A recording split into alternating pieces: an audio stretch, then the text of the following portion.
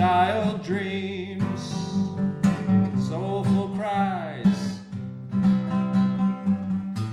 and butterflies pondering,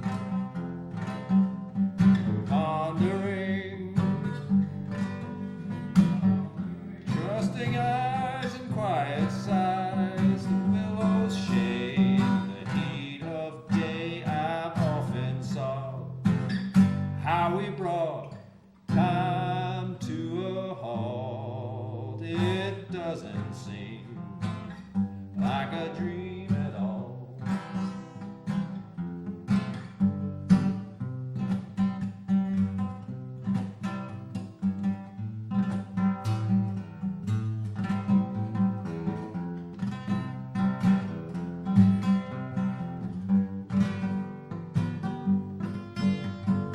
Circle brings, harmony rings,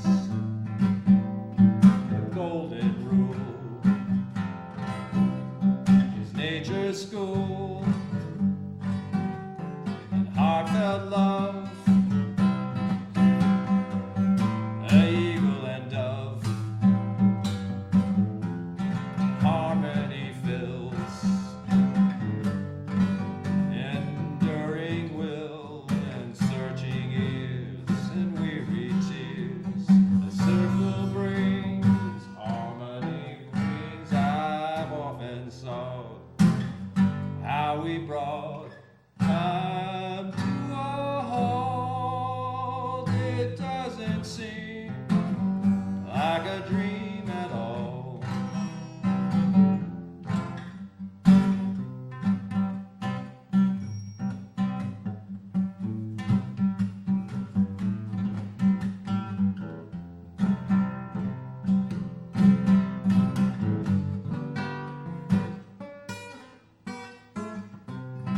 How we try to compromise and philosophize. Life goes by, spirit knows,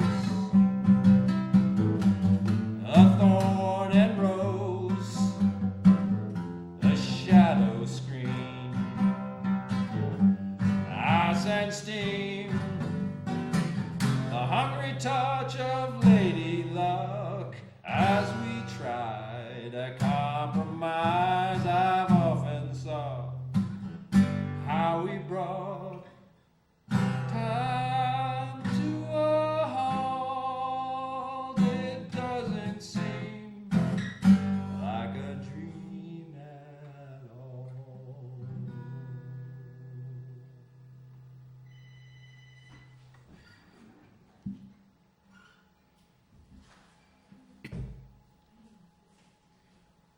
Well, welcome to the Conant Show. I'm going to adjust myself a little bit here and find what camera I'm looking at. No. And You're looking at that one. and I'm looking at that one. And I'm looking at this one, I think. So that's the first time I deigned to sing on my show here. It's one of my older tunes going back to, oh look, I even have a date, 1986. Wow. And the thing about this tune, which I really consider one of my better ones, is that it was from the Dreamtime. Oh, wow. Yeah? I saw myself playing and singing in the Dreamtime, Wow. and I was watching myself play the chords because I couldn't remember what they sounded like when I woke up, but I remembered what it looked like.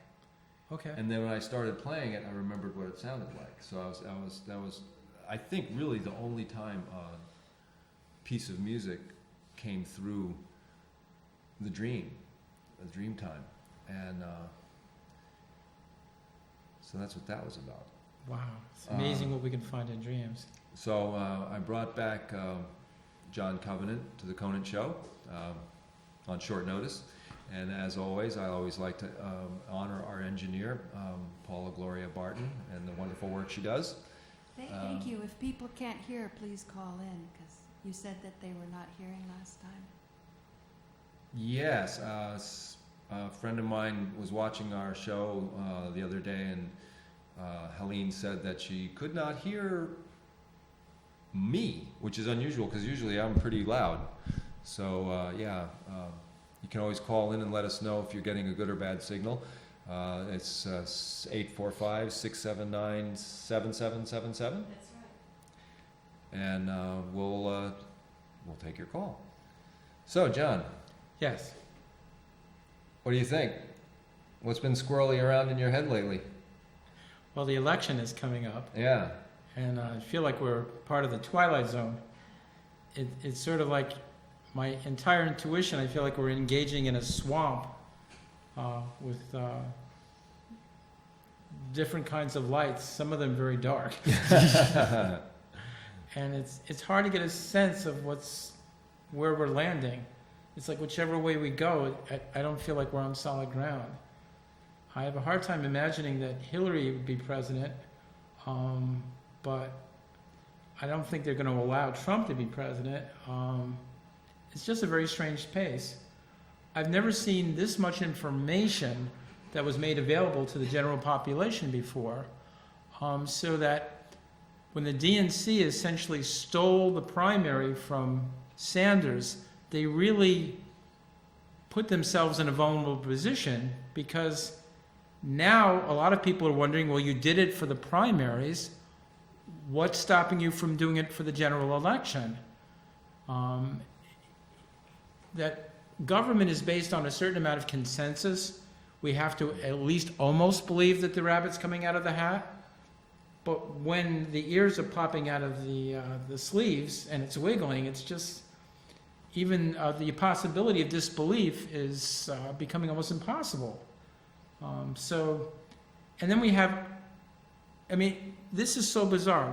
We have the Democratic Party I've never seen so devalued so quickly.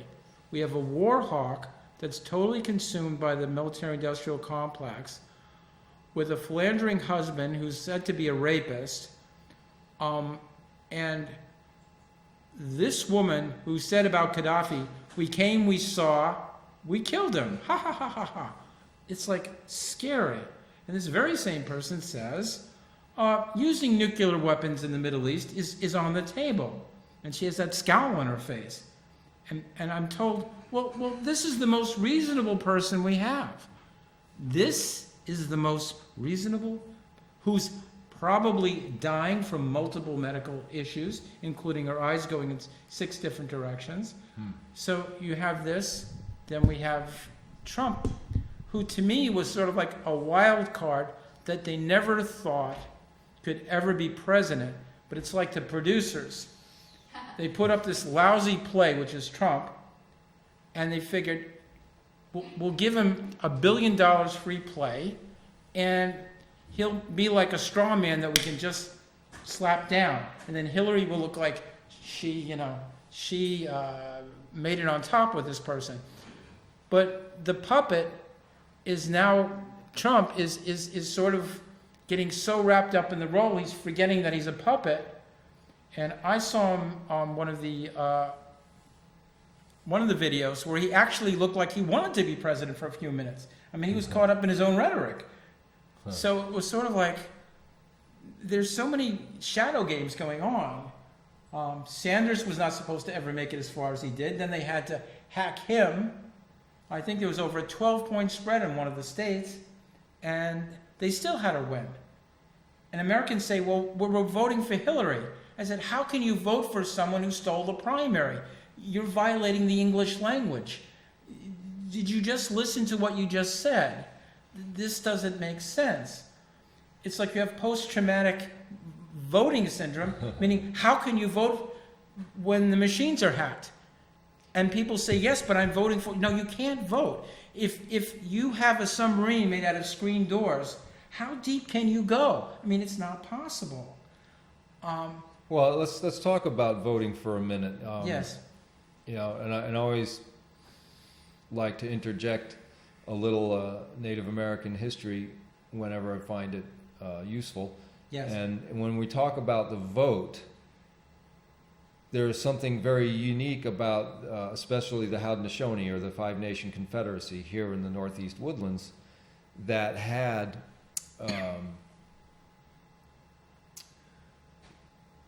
a vote, and their system was the oldest system going here,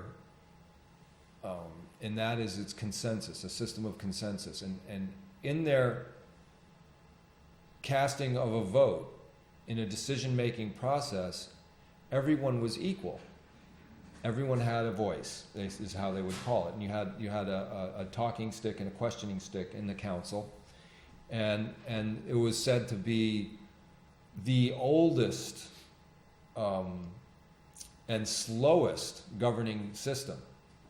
And it had been given to the people after a great crisis and civilization failure that is still remembered to this day by native people really around the world. I mean, everybody is native to something and somewhere and some piece of earth. And so, the founding fathers, whether it be, I think, a contingent of the signers of the Declaration of Independence, I think. Yeah. There were 5 or 6 of them. George Washington and perhaps Hamilton, maybe Jefferson. I can't remember exactly who these fellows were, but they went to the Grand Council of the Haudenosaunee to learn what consensus was, how their, one of the things that confounded the colonial and the imperial armies that were, taking over the territory of what we call North America, what the problem they were having is that native people here were organized. They were organized and had systems of communication. They had medical systems. They had education systems. They had systems in place that were very advanced, and their political systems among the most stable and egalitarian on the planet at that time. Yes. So our vote, yes, in Europe you had monarchies. People didn't vote. Right. You didn't vote. All right. And in our system here, which is a hybridization of Roman governance, because we have a Senate. The Senate goes back to Rome, the senators. And it is called a representative government, which is different than a democracy. And I'm not exactly sure how that difference is spelled out right now. It's not fresh in my mind, but we are in a republic, which is a representative government. And the will of the people is supposed to be expressed and carried out by those that are elected to do exactly that, to carry out the will of the people. Now,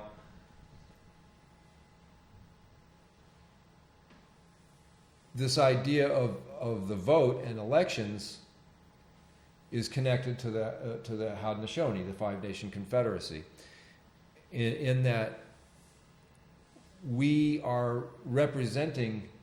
We have delegates, okay, and in the Grand Council from the Five Nations, when they would have their central meetings at Onondaga, the Seneca, the Cayuga, the Onondaga, the Mohawk, and the Oneida would each send those persons that have been chosen by their peoples, by whatever methods that they use, right, to represent their nation when they have these big meetings, the Grand Councils. Right. And that's kind of like what our election cycle is now, is that we're having a Grand Council, and the distillation of all of our votes is supposed to represent the people to the best of its ability, so that decisions can be made where everybody's concerns are represented. But the thing that the Indians did not have, that we have, is a system of large corporations that wield enormous wealth and enormous amount of influence, that pretty much can sway where the power is going. And people have this like make-believe world where these large corporations with tremendous amounts of power are just imaginary, and they don't really enter into what's going on a day-to-day basis. So it's like an academic's perception of our current system. As it stands right now, the corporations are essentially buying us. We're becoming the exploited Indians. Our citizenship is essentially being purchased right out from under us.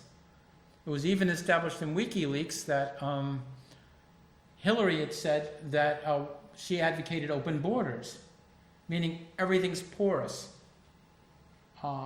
There's no boundaries, which means also there are no rights, there's no self-governance, that one world government or whatever is the next step. Because if you destroy all the borders of all the countries, then you can have a centralization of power. In fact, the internet, I believe, was put under the aegis of the UN recently and away from this country. We don't even have control over our own internet. It's been ceded to the UN. Yeah, okay, that's a new one for me to chew on. But from underneath, okay, where all the things that matter, our real power is being sucked out from underneath us, and what we're left with is a shadow of what the Indians had, even a shadow of what the Romans had. That you have what was a government, meaning a representative government, are now sock puppets that are manipulated by the corporations, by the banks, by the real powers that be. So you essentially have a shadow government that uses the representative government as sort of a PR system, where they're there to distract the population while they do whatever they want, including perpetual war. So if they want to destabilize a whole part of the world, they use the politicians to market war. Right, well, actually, that's a policy. It's called a policy of destabilization. Yes. So that you can have hegemony in a given target region that might be mineral rich or resource rich. Yes. And so then you destabilize properly operating governments that actually serve their people so that there is chaos. And then once you've established chaos within those borders, then you can come in with a bellicose superior force to, bring the peace, as a police action, like in Vietnam. That was never a declared war. It was called a police action. Yes. And, one of the big complaints I remember as a little kid about the Vietnam War is, well, who assigned the United States as cops of the world? But we're not even cops. That even is a cover. Meaning, while we're raping, pillaging, and stealing, we even make believe that we're doing something positive when we're not. When Hillary said about Gaddafi, we came, we saw, we killed him, the real naked fist of total depravity was right in front of you. Yeah. She was laughing about killing a leader, and that country, with all of its screw-ups, had the highest standard of living in that whole part of the world. They had some goods and services that we don't have in terms of medicine and a number of other things. But one of the things that he did do, and if you ever want to be invaded and you're head of a country, just say that you want to have your own currency. Just say you want to have your own bank. Within about 36 hours, you're going to be getting carpet bombing. Yeah. Well, there is that element to the control paradigm, which is the banksters. Right. I love that phrase. And Israel is playing a huge role in this. Israel, the destabilization of the entire Middle East, the Rothschilds, which actually helps set up Israel, and then we get sucked into it also. We're part of it. So it's not that we're police states. We are part of the fist to create the New World Order. We're the knuckles. We're the force, the military force. We're an instrument, and we're also being used to dissolve our own selves. This is and, one of the hugest cons that's ever been pulled on anyone. Well, you keep saying we, Yeah. and the thing is that, and that's part of the psychology of a control paradigm, is having the slaves like their system. So Yes. that the slaves are proud of their slavery, their wage slavery, or whatever you want to call it. Yes. And the thing is that when you move into a high technology, and I'm of the opinion that as advanced as we can measure our technology today, we're really just scratching the surface of what's possible. And the thing that ancient peoples and cultures that remember civilization scale failure in the past warn our current civilization with clear warnings in the form of ancient stories or prophecies. And that warning is that you're in a closed system. You're in a closed environmental ecological system that's symbiotic, and that life, in order to sustain itself, has to be respected, has to be honored, has to be nurtured, so that in all of our activity for survival, that responsibility to future generations, that responsibility to the quality of water for the fish, for the quality of water for insects, for the quality of the air for birds. It's not just us human beings. We share this planet with billions of species, and there is a responsibility to that. And as we, go further and further into mining the planet for rare earth metals and minerals and fuels, all of that has a cost. Right? We have to, nobody gets a free lunch, right? The bear has to go out and find berries and get fat before winter. The wolf has to catch rabbit or whatever it is to eat and feed its family. Those requirements of life are universal for anything that's alive. It's how we go about it and satisfy those requirements that is a good measure for the spirituality and connection of a society or civilization or a tribe or a group. Right. When everything is with its planet, with its environment. When everything is monetized, that the head of Hershey says that water is not a right, it's a commodity. They're right. It is. It's not a right. You have a right to water. Yes. But water itself is not a right.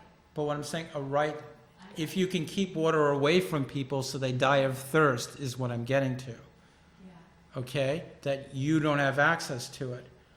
There's an old story, it was called Midas, and whatever he touched turned into gold. Yeah. And at first he thought this was a blessing, but then everyone he touched, all of his relationships, his family, food, everything became gold.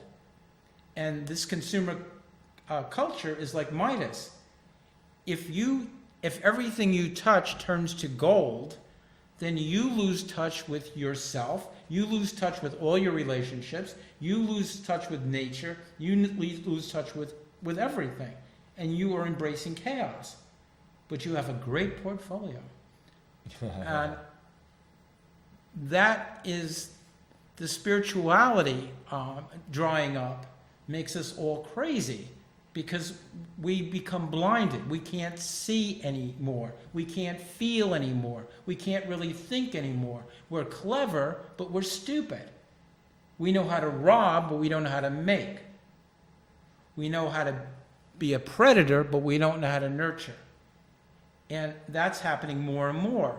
But on top of that, in terms of wealth acquisition, we have technology that the military's had for over 25 years that basically would give almost free free energy.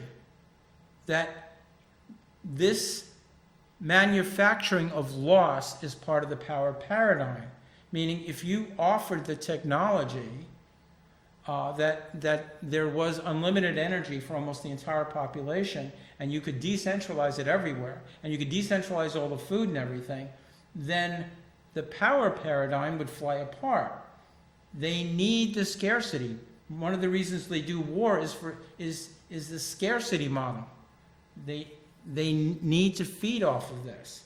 And there's a lot of other underlying reasons for that. You're touching on a near and dear subject for me, which is, what's really going on. All right, there's the man behind the curtain, behind the man behind the curtain, behind the man behind the curtain. So it's like layers of an onion. We really can't get to the truth because there's always another layer of obscurity to get through, another layer of misinformation or whatever. It's a lot of the things that we're talking about. You can't verify, really.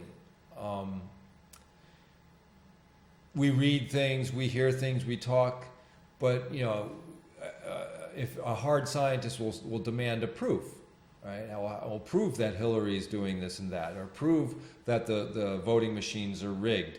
Prove this out. And the best that we can really do is there was a 100-page paper written by statisticians in Stanford and some Ivy League schools that proved conclusively there was hacked. And it's the 100-page paper. Well, even better than that, there's a couple of great YouTube videos of a, I think, Diebold Corporation worker who testified before Congress in the past, 10 years, I think, since, Bush got, elected with all that funny business in Florida and such. And in this short clip, this,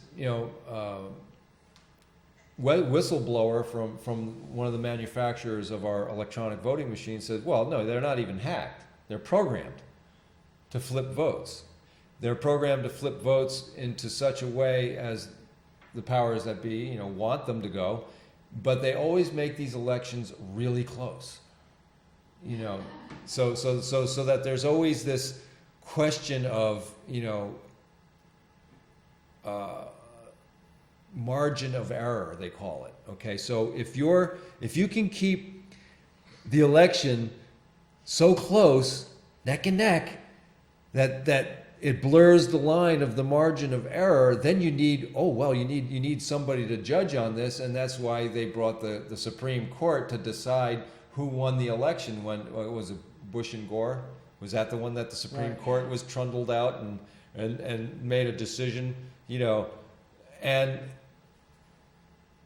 what this really kind of exhibits is that there is only one real honest method to the vote, which is something that there's a whole movement to do this, which is to eliminate all electronic voting and go back to paper ballots that are clean and user-friendly and easy to count, and do it in the system that had been done for a couple hundred years, where they were counted by members of multiple parties who verify each other's counting of these votes. And so there's a process of keeping it honest that has been in place in the past. And even that can, any system can be hacked. But the thing is, with a paper ballot with a receipt. So the idea being is that you make your vote, and in your vote you get a receipt that But we already had something in place. They had a couple of states where Sanders was 12 points ahead, and they still had it that Hillary won. There's a larger chance of an asteroid hitting this location in the next 10 minutes for that happening again, okay? Meaning, another thing is the American public has become so passive, so conditioned to think that the Democratic Party somehow is representing us, and that's beginning to fly apart. I've never seen the Democratic Party slammed this hard, this continuously before in my life. I mean, it's getting shredded. Right. I don't monitor this stuff, so it's interesting to hear your take on this, because I kind of ignore everything because I don't think any of it's valid. But I'm talking about the people on the street, the Right. people that just walk around. Why I'm saying is this: it's creating a huge vacuum, So a huge power vacuum. in a sense, it's like having a pulse on the community. Yes, So yes. you've been out there in our community locally, Yes. getting a feel for. Now, Woodstock, I think, has been traditionally quite heavily liberal Democratic. Well, they're Is that a good? I mean, Yes, like Berkeley, California. sorta. I mean, I know there's a pretty good Republican contingent in the Ulster County, but I think as a town, it's pretty liberal Democratic. I'm looking at you because I know. and so in this liberal democratically, kind of a majority of the people on the street, at least, you're getting a feeling from liberal Democrats of disenfranchisement and disgust, perhaps. Yeah, the level of disgust is really high, and I've never seen this level of disgust. And to me, if you have a pile of disgust that's just sitting there like this oozy goo, and it's just festering. I mean, Hillary's a perfect example of a festering goo. I mean, a fly landed on her face, and face was so paralyzed she didn't even brush it off. I mean, we have somebody who's literally dying. The metaphor in the body, life is imitating art. You're literally watching someone dying in front of you, and people are still like, where? And this person who's not only dying, but also stole the primary, and people are seriously discussing, we're going to vote for this person. And some people, especially the millennials and people younger than 40, are not buying this. They don't go for this old stuff in the past. The Clintons, they were kids when the Clintons were coming up. So Bill being a dapper dude, to them he's just an old lecherous codger. Right. So he's not coming across as, it's the older women saying, oh, Bill, I wish you were here. And a few of those, what I call Democratic zealots, meaning they have this vision of the universe. And the Democrats are like, they're back in the 60s somewhere. And they never have updated for like 45 or 50 years. But those zealots are getting more and more marginalized. And everyone that's coming up, that's sort of like the past. That's like something that happened a long time ago. They don't relate to it. And the alternative press, I've never seen the alternative press so powerful. And with Sanders, they raised over $100 million, meaning a new technology's come up.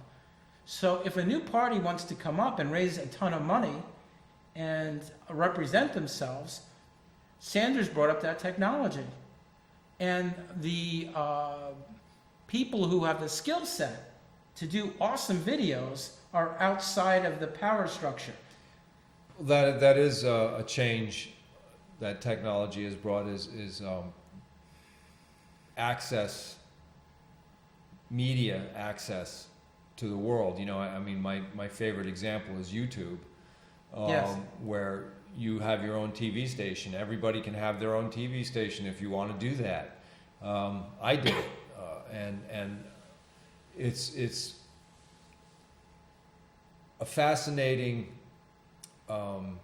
evolution that the average person can even film a movie. There are movies that have been shown in my theater that were done on an iPhone. I mean, that's how powerful Yes. these technologies have morphed and evolved. That kids are walking around. I've mentioned this on the show before. Kids are walking around with these handheld devices. You can't call them a telephone anymore. Sure. They're more powerful than the first supercomputers that took up acres, Yes. you know, Right. in West Virginia or wherever Right. they had these fantastic supercomputers, you know, 20, 30 years ago, 40 years ago. And now that kind of capacity is handheld. And, you know, bringing your message to the world, you know, that's one of the things I love, you know, how Facebook is so much part of the control paradigm, because, you know, it's a monitoring tool. Right, Right, but the thing is, CIA, you know, there's some like right, theories that the CIA invented the Facebook or whatever. But the point yes, is that I get to watch people's input on my news feed. They call it, you know, Yes. right, my wall or my news feed. right, sure, From all over the world. Sure. I get, you know, little snippets of this, snippets of that. yes, And conversely, you know, I get to put my ideas out there. yes, And so, you know, the global community across all kinds of cultural divides and language divides is quickly eroding. And I think that's part of the fear of the control paradigm, is that when you have, you know, say, you know, a good percentage of 7.2 or 7.3 billion people becoming empathetic to each other yes, from various parts of the world, yes, it becomes more and more difficult for an individual to hold on to those bad ideas, to those racial centric ideas or Yes. whatever. And better ideas always well, I'm talking to come college into kids and stuff. conflict. Some of the more informed Conflict. college kids say that they talk about the narratives. And Yes. they're talking about the government narratives. Mm. And they're like one up on them. I mean, there are a whole class of kids in their 20s going to school right now that are beginning to, they're starting off with it being a narrative. That they're looking at alternative news as young people. Yeah. We had to deal with CBS, ABC, and all of that. They're starting off from day one with alternative news. They don't even consider CNN a news source. That's like the cartoons. And with that, it's like they thought they were going to control us with Facebook and everything. But what they didn't realize is if you have a gazillion natives and they're all talking to one another, yes, you can look at us, but we are like a wavefront. So you look at us, so you know everything we do. But there's more of us than there is of you. And if we decide to go in one direction, what are you going to do about it? Except duck. When you make a bridge to your enemy also has a bridge back to you. They don't have the unintended consequence. Yeah. And also, and this is the beauty of it, but a theoretician could have figured this out. They say a lot of these WikiLeaks are coming from our own disgruntled intelligence sources that are so pissed at Hillary that they're actually giving the information out. It's not the Russians, it's us. That they don't have complete control. The United States does not have complete control Yeah. over its own And intelligence resources. Well, and it never really has. That's the squirrely thing about human beings. You know, human beings are difficult to control at the end of the day. And I happen to know a fellow who was an officer in the NSA, Yes. and he sort of took a interest in the company I was in, and he became a member of our company. And it had to do with an alkaline surfactant that cleans up toxic Right. materials with water. Right. And but I got an education from Hiram. That was the name that I was allowed to use. I was Hiram. Okay. And Hiram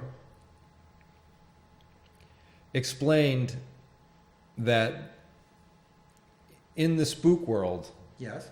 in the intelligence community, he was the product of a Native American dad and a Russian woman.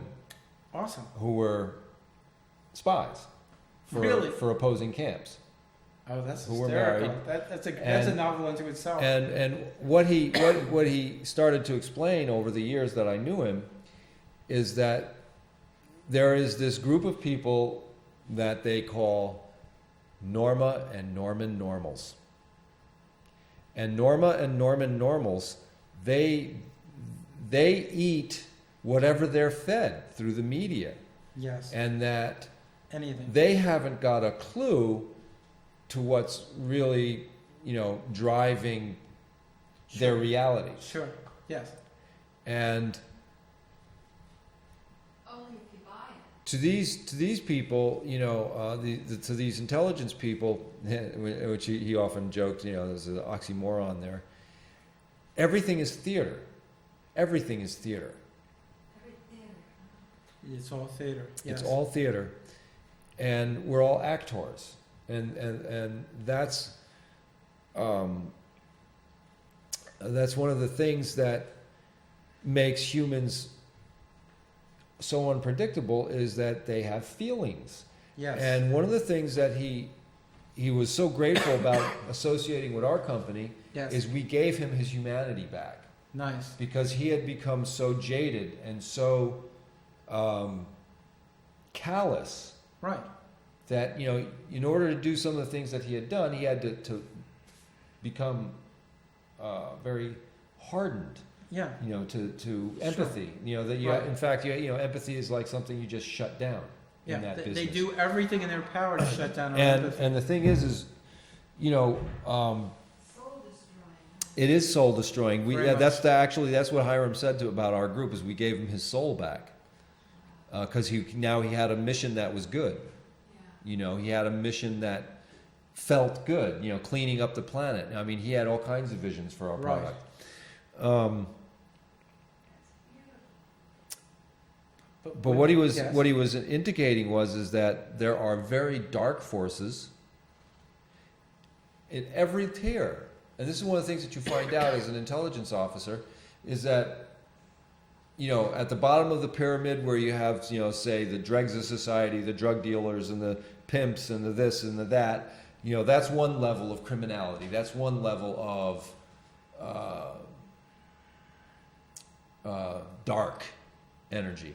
But then you work your way up through the different tiers of society, and then you get carpenters who do unethical things, or a mechanic who does unethical things, and that puts you and your family in danger because a car part wasn't replaced properly, or this kind of thing.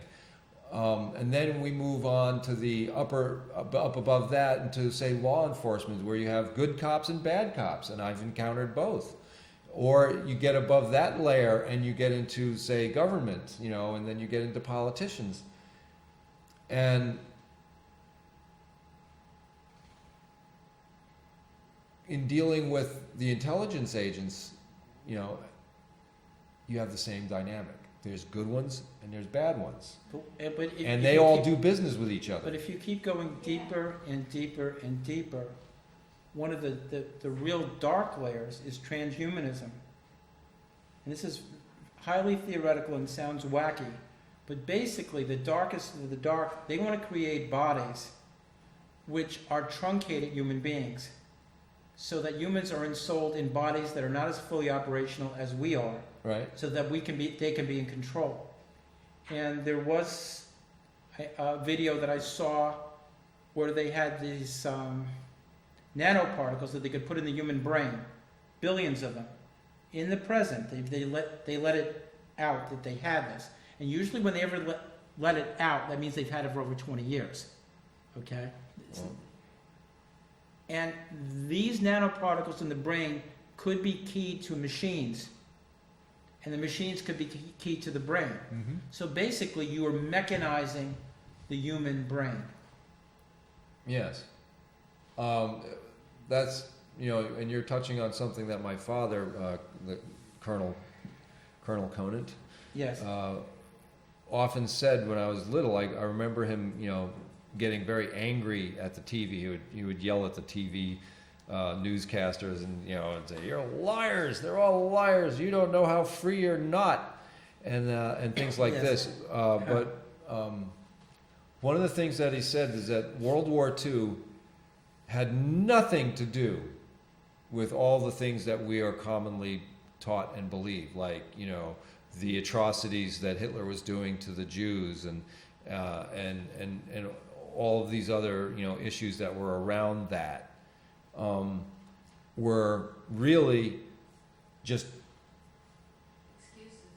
justifications for really mixing it up with a good old fashioned duke 'em out with weapons, war. Yes. And what he was saying is that what the real thing about World War II is it was a dress rehearsal for the future. Okay. What it was the war of the internal combustion engine over the draft animal or over the horse. And he would explain that prior to 1939, 90% of the world's agriculture was done with draft animals. After 1948, 90% of the world's agriculture was done with the Ford tractor. So we're talking about a less than a 10-year period Yes. where the internal combustion engine displaced traditional methods across the board over the whole planet, Right. except for the most, like Southeast Asia, like Vietnam, places like that, India, where access to technology was still difficult. But for the vast But majority this growing technology, when you take it further, when you talk about transhumanism, where you are implanting machines, nano machines, in the human body, you are literally putting us in another space, and people don't know the consequences of it. well, they didn't know. People don't know the consequences of a lot of things. And to finish my father's thought on his, Yes. when he would be ranting about this stuff, Yes. is he would also say that not only was World War II a dress rehearsal for the future, it was also the war of the internal combustion engine over the horse. Yes. And then the final thought was that World War II was all about mechanizing the planet. Okay. Now, Yes. I mean, my dad died in 1985. I was 25 years old. And so I was, young when I was hearing this stuff. Sure. I was the youngest of all my siblings. All right. And I didn't have a whole lot of contact with Dad. And when he did talk about this stuff, he was very passionate about it. Sure. And as time went by post his death, Yes. right, after he died, it became more and more evident about what he was really talking about when it comes to mechanizing the planet. And we're talking about vast superstructures being built to manipulate water. Panama Canal, I mean, all these various big superstructures, Hoover Dam, flooding the Grand Canyon, out there,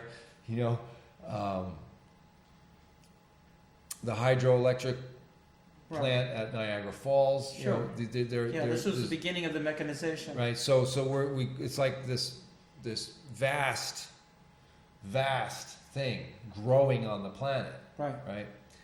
And then, somewhere around 1990, my friend Lloyd starts telling me about chemtrails and weather manipulation and, controlling the climate and making storms, making droughts, weaponizing the weather. I mean, I was listening to this with basically my jaw on the floor. It's like, who would envision such an activity? Why would anybody desire to impact our sky and our weather systems with this level of technology to well, well, the answer is to control. It's always about control. Yes. And it was probably about 15 years ago, 10 years ago, where my father's words, mechanizing the planet, Yes.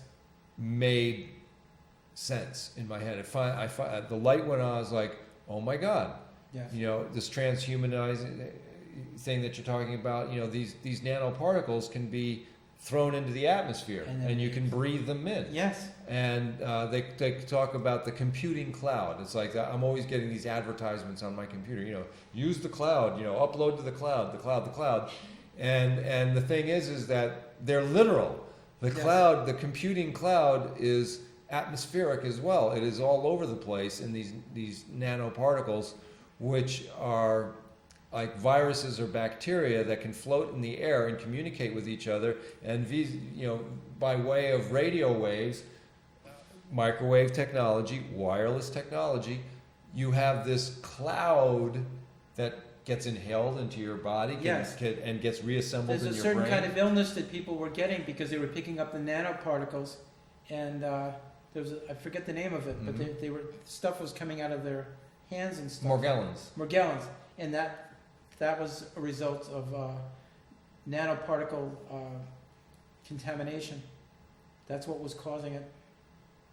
And again, this is like skirting into the land of the dreaded conspiracy theory crackpot Oh yeah, ideas.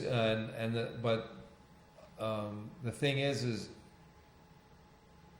it's not a theory, because it's happening. You know, absolutely. There's a push. And the thing that I always like to encourage people out there to do is to measure this stuff for yourself. Go out, take photographs of objects in the sky and the condensation trails or the chemtrails that are being left behind it.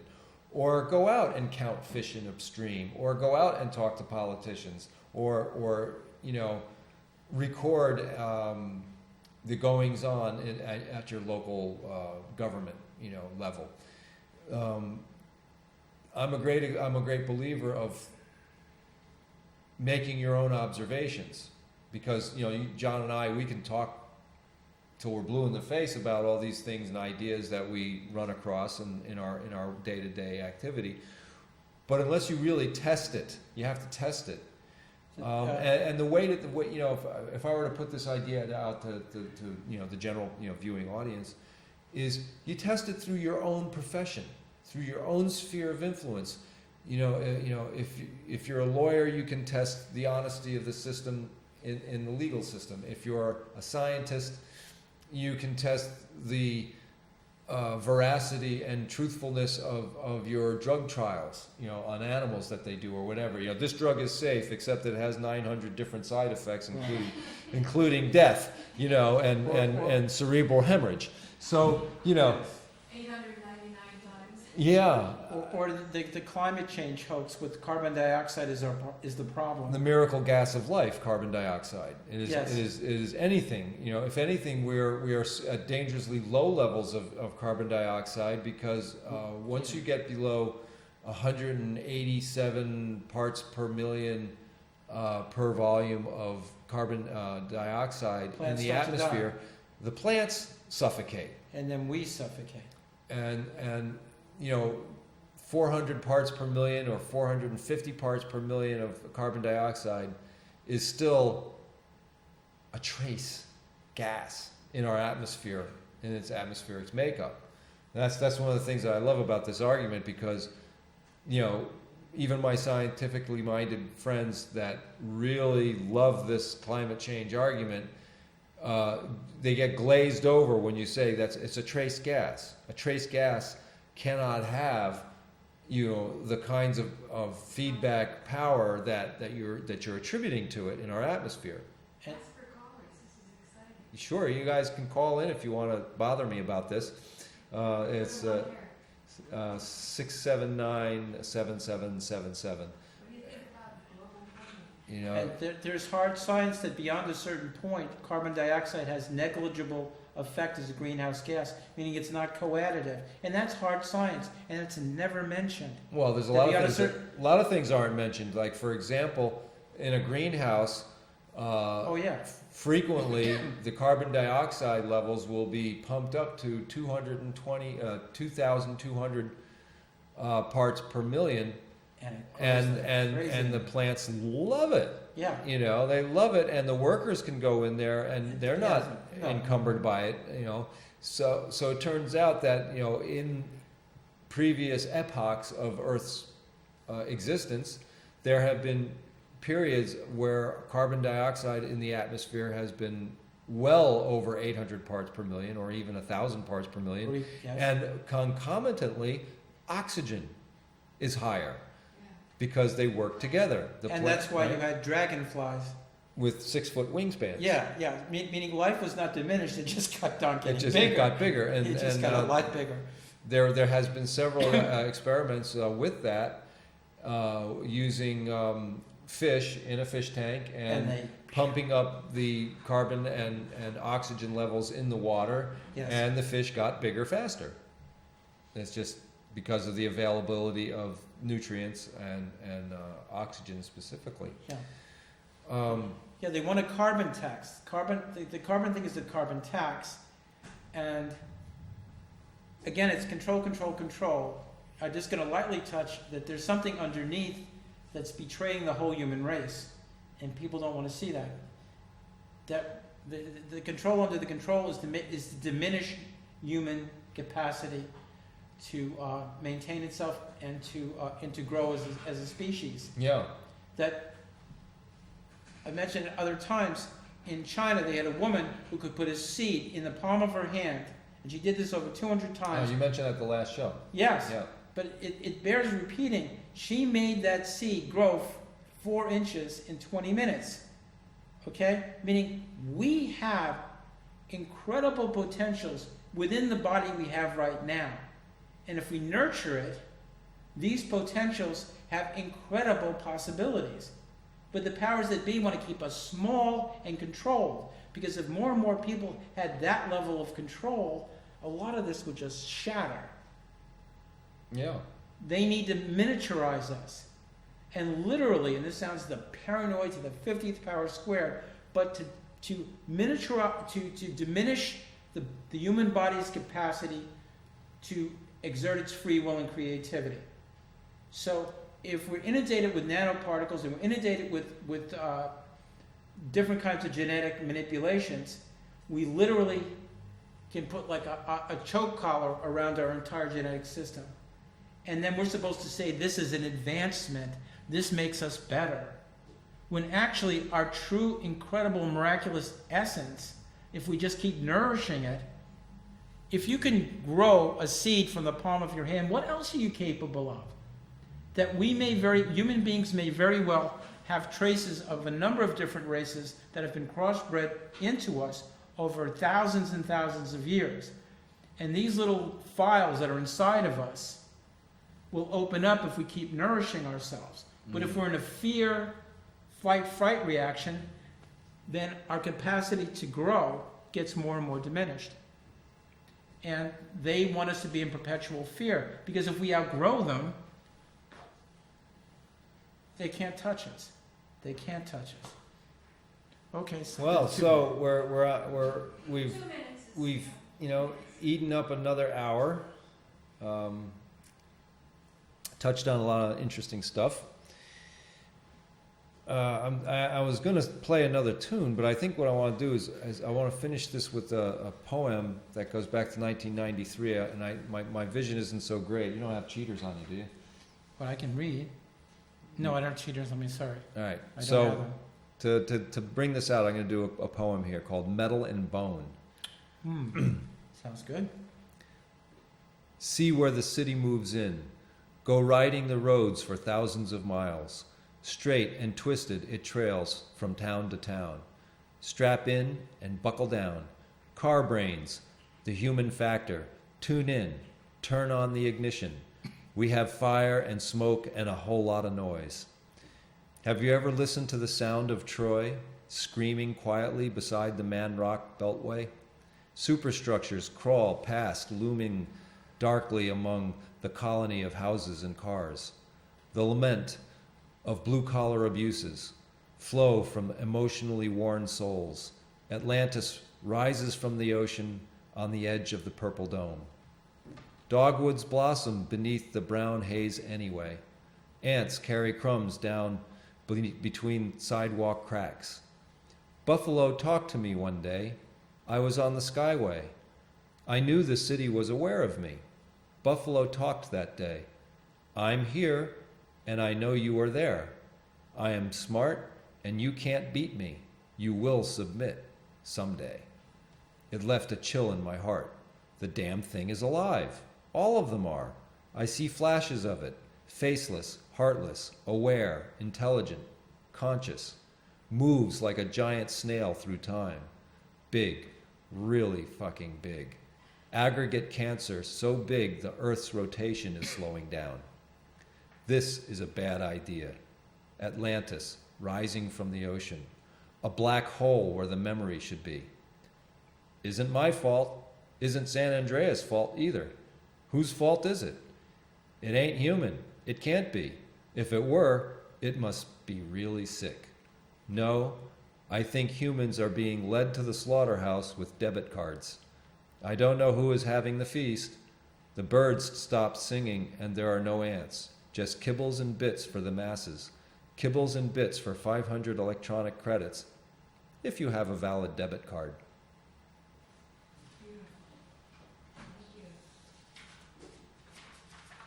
Okay, now we're moving on to farther down the rabbit hole with Paula Gloria.